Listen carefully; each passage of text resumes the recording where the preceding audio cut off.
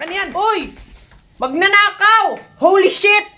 Magnanakaw! Tulungan niyo ako! Kuya, ano nangyari? Nanakawan po kayo? Ako? Nanakawan? Opo. Hindi! Ha? Sabi niyo nanakawan kayo? Hindi!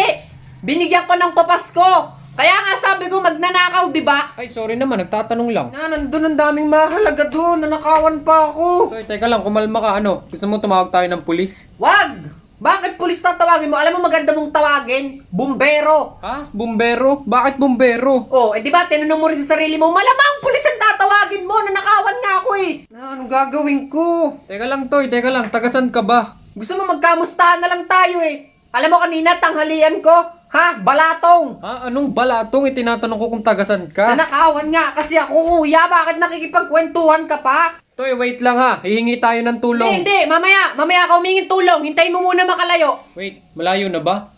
Malayo na ata. Yan, medyo malayo na. Sige, pwede na.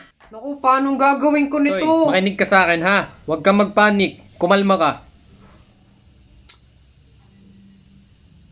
Okay na, kuya. Kalmado na. Yan, okay, good. Sige, ano bang nanakaw sa'yo? Ang nanakaw po sa akin ay cellphone. Cellphone lang pala. Walang problema. Check mo lang yung bayo ni Bintana.